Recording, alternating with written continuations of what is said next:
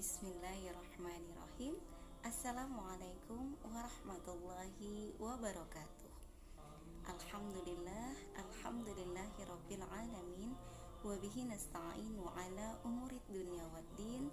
Assalatu wassalamu ala asrafil anbiya wal mursalin wa ala alihi wa sahbihi ajma'in, amma ba'du. Puji syukur kehadirat Allah Subhanahu wa taala, berkat rahmat, hidayah serta inayahnya kita masih dapat menjalankan ibadah bulan Ramadan dengan keadaan sehat walafiat walaupun masih dalam masa pandemi COVID-19. Salawat beserta salam semoga senantiasa tercurah kepada junjungan kita Rasulullah Muhammad Sallallahu Alaihi Wasallam beserta keluarganya, para sahabatnya, serta kaum muslimin dan muslimah yang istiqomah di jalannya.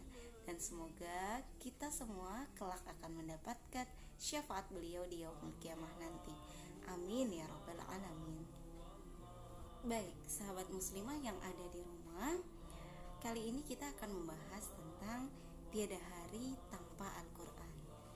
Tentu sahabat semua tahu bahwa Ramadan adalah Syahrul Quran, bulan diturunkannya Al-Quran.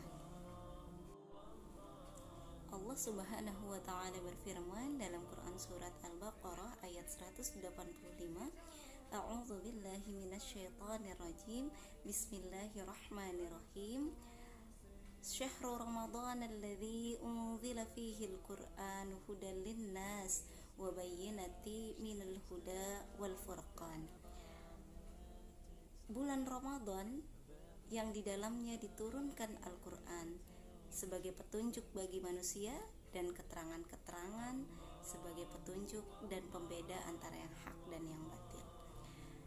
Baik sahabat muslimah, kita tahu bahwa Al-Quran merupakan kitab suci agama Islam. Al-Quran merupakan petunjuk yang Allah turunkan kepada seluruh umat manusia. Ingat ya, Al-Quran itu adalah satu-satunya kitab suci yang sempurna, yang Allah turunkan segala aturan di segala bidang kehidupan. Aturan yang sempurna yang tidak ada di dalam agama-agama sebelumnya yang Allah turunkan, apalagi agama buatan manusia yang lain.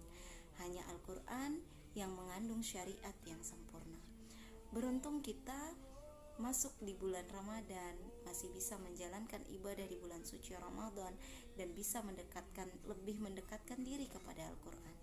Alhamdulillah, kita lihat di berbagai wilayah, di berbagai tempat banyak orang yang kini membuka Al-Quran, bahkan meskipun mungkin sehari-hari dia tidak membaca Al-Quran. Target khatam dalam sebulan, bahkan banyak orang yang menggunakan berbagai cara dan strategi untuk menghatamkan Al-Quran, misalnya dengan membaca bersama-sama atau membagi per orang per kelompok juz demi juz agar khatam dalam waktu yang cepat. Sahabat muslimah, ini yang perlu kita koreksi bersama, perlu kita renungi bersama. Allah telah sampaikan kepada kita bahwa Al-Quran merupakan petunjuk, sehingga suatu petunjuk akan kita pahami, akan bisa kita laksanakan jika kita memahami maknanya, bukan hanya sekedar berlomba-lomba membaca atau menghatamkannya. Alhamdulillah, memang membaca Al-Quran merupakan ibadah yang Allah ganjar dengan pahala yang besar. Rasulullah SAW bersabda, barang siapa yang membaca kitab Allah, Al-Quran, satu huruf, maka satu kebaikan yang akan dilipat gandakan 10 kali lipat.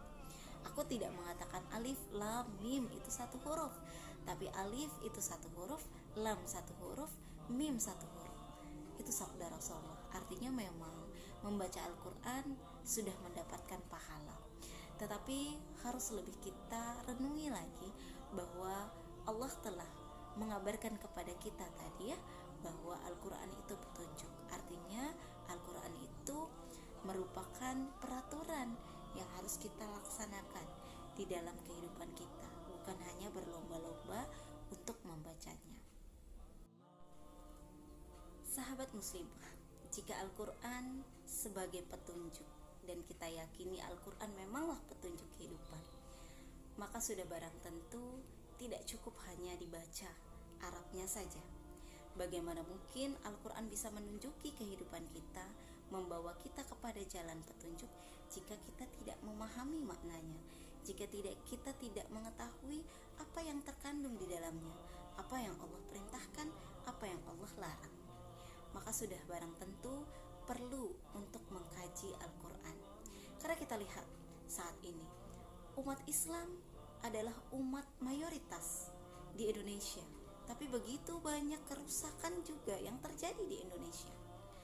Padahal jelas Al-Quran adalah pedoman hidup yang sudah barang tentu setiap muslim memilikinya, memiliki Al-Quran di rumahnya.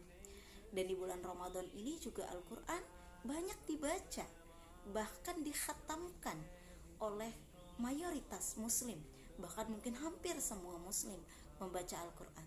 Tapi kita lihat larangan Allah masih banyak dilaksanakan, perintah Allah masih banyak diabaikan.